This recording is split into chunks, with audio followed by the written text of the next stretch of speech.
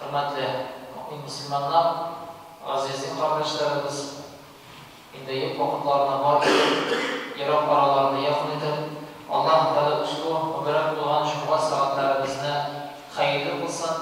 Allah Rabbimiz uçlu indeyizgi dileklerini, niyetlerini kabul kılıp, hata kimçiliklerini gafur ile, dileklerine hamide maksatlarına iyi bulup, yaşarı Allah Teala başımızda da nasip ve müyesser kılsın. Yine şükranlar saflarına rahmet sözlerini itip, dua kılıp, yaşayan her bir Müslüman kişisine Allah'ın rahmeti, bereketi, hamidi, saati bulsun. Esselamu Aleyküm ve Rahmetullahi ve Berekatuhu. Allah Rabbimiz uçlu indi mezgillerine hayırlı olsun inşallah. Allah Subhanahu ve Teala Kur'an-ı Kerim'de bizge elbette indi bir ahamiyetli, hamide cevaplı olan farz amellerine ilgili Resulü sallallahu aleyhi ve sellem bizge mayıklı yol zaman her vakit kursiyete neşiktir eskitip alıp varla amellerimizin indi hürmetli Müslümanlar yine şuna birlikte ağır vakitler, hayır hasetler bulgan vakitlarda bizim ata-babalarımız, eviler, babaylar vatanını hamide elbette gurur adetini saklap hamide açlıklarını, hayır hasetlerini görüp bağlar, nıklar sağ olsunlar deyip elbette bizim için dua kılmanlar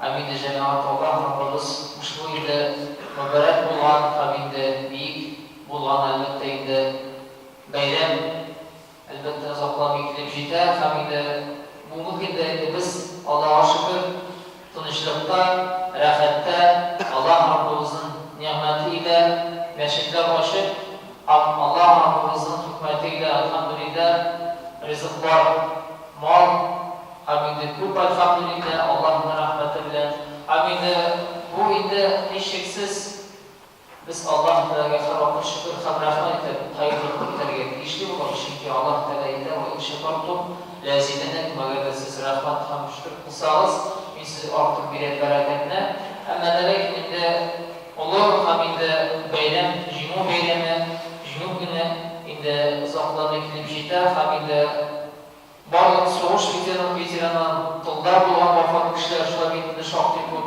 hamide oylasiz yine şurada yetim bağlar bir köp kaldı. Ama lakin Allah Teala şu indi hayır hasenlerden bulmuşa. Elbette indi hayırlı ömürler, tanışlıklar, soğuşlar bulmasın deyip, afetler bulmasın deyip, boşluklar bulmasın deyip, tırışkan adamla babalarımızla Allah'ın rahmeti. Çünkü indi yaş bulun durumda bizim için dua kılanlar, bizim için tırışkanlar, aminde Allah Teala şu indi izgil amellerini kabul kılıp, aminde bizge eşiksiz Allah rahmet edip hayırlı matur turmuş olup varlar, aminde bizim grup adetlerini saklar, evi oylarımızı unutmuşa, yaş bulunlarına bağlarlar, aminde yine şulay noklarlar, büyük bulgan şahıslar hakkında, aminde din yine şulay dil, aminde grup adetini saklamışın, elbette indi olarımız misal örnek bulup kürsüyedip hayırlı olur biter Allah da başarılara nasip etsin çünkü indi elimizde büyük vatan soğuşu fazilete bağlanan kişiler hamide haylar şartı köp hamide bugün günde Allah az bulsa da eşeksiz Allah için bir örnek bağlarına da kızıp çünkü indi bulgan vakılarını silip hamide görgen kişi başka his bilen onu anlata hamide Allah Rabbimiz Allah'ına hürmetler kuşlar bitti yağlar bitti hayırlı olur biter ya Allah Teala başımıza nasip etsin çünkü Resulü sallallahu aleyhi ve sellem özür hadis-i şerifinde ise vatanını seviyor imandan yani bu durumda biz Allah Teala şanı hayırlı ömür kuşlar bitti hayırlı ameller kılarına tırışırız Ramazan şerif aylarımız elhamdülillah sallallahu aleyhi ve sellem çünkü sanalık günler falan ama lakin indi bu turmuş bittiği zoza ikenligini biz indi. Onu biz bilen bir şekilde Ramazan ayı başlana deb aytib Ramazan ayı. Bir de yana shulay bir yil o'zib ketadi. Hamda bugungi kunda alhamdulillah biz endi Rajab oyini qarshi olib, Rajab oyida bo'lgan hikmatlar haqida so'zlashgan edik. Yana shulay Sha'ban oylarini qarshi olib, shulay endi bugungi kunda da, amma lekin Sha'ban oyida endi uzoqlamay albatta endi ham Ramazon sharif oylarimiz inshaalloh boshlanar. Hamda ushbu barak bo'lgan Ramazon sharif oylarimizda ro'zalar tutib, taravih namozlarida qatnashib, izgiliklar qilib Allohdan barchamizga nasib etsin. Hamda bilgilim bu bek ahamiyatli kundan kelib chiqdi ham hozirlik bora barchamizga albatta shodlik, chunki bu turmushda bitimda Allohdan bo'laklarni qabul etib, rahmat etib, foydalanib yetarga, hamda ne'matlarni Allohdan bizga har vaqt ko'rsatadi. Ham bek bo'lgan shaxslarni albatta unutmaycha, bu turmushda Alloh uchun duo qilib, yashashga Alloh taolo barchamizga nasib etsin. Chunki endi dinni saqlash uchun yana shulay urf odatni, hamda Alloh o'zining hikmatiga vatanni seyishi, hamda saqlashi bizning bugungi kunda veteranlar shunday hamda tilda shunday qilgan xizmatlarni biz endi bugungi kunda ko'ramiz. Ularga kulisi qizg'anish, vafotlar shunday endi halok bo'lganlar, amma lekin endi Alloh subhanahu va taolo bizga endi frontda bo'lgan kishilar shunday endi ham bu turmushda Alloh taolo bizga hech cheksiz ibrat ko'rsatdi. Hamda bu afatlar bo'lmasin deb albatta duo qilib yashashga Alloh taolo har barchamizga nasib etsin. Chunki Alloh taolo u turli sinovlarni beradi, biz bu sinovlar vaqtida bo'lsa-da Alloh taolo yukallifullohu nafsan illa wus'aha,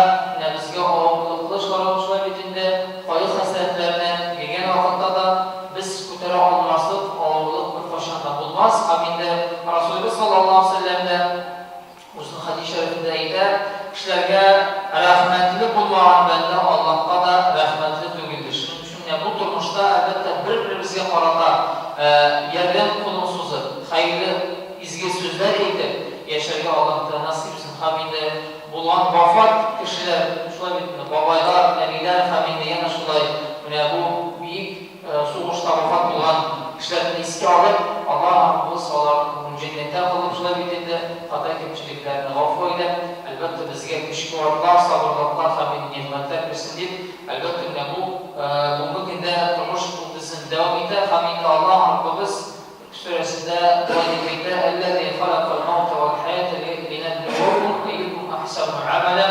Hamda Alloh bilgili oramizdan qaysimiz mukammalroq, yaxshiroq amal qilganini sinab qarab uchun Alloh taolo o'limni hamda yashovni berdi. Shuning uchun jamoat Allohning rahmati bilan albatta endi Alloh taolo davom etib aytdi, ham albatta biz sizni turli sinovlar bilan sinarmiz deydi.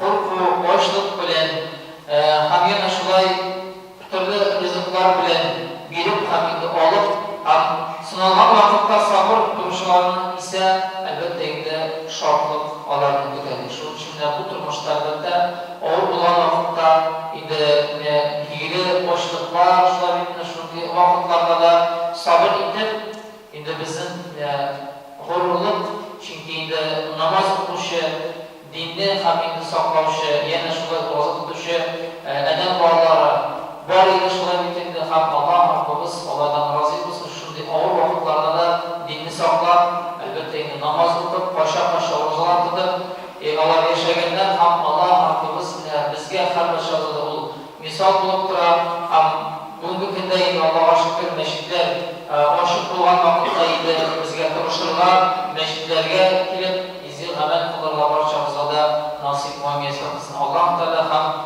taologa tavakkal qilib, topshirib, xayrli umr hamda ne'matlarni, barakatlarni, sog'lik salomatliklarni Alloh taolo bersin deb, albatta bu bo'lgan buyuk hamda ahamiyatli kunni esga olib, shunday tug'anlarga bizning orada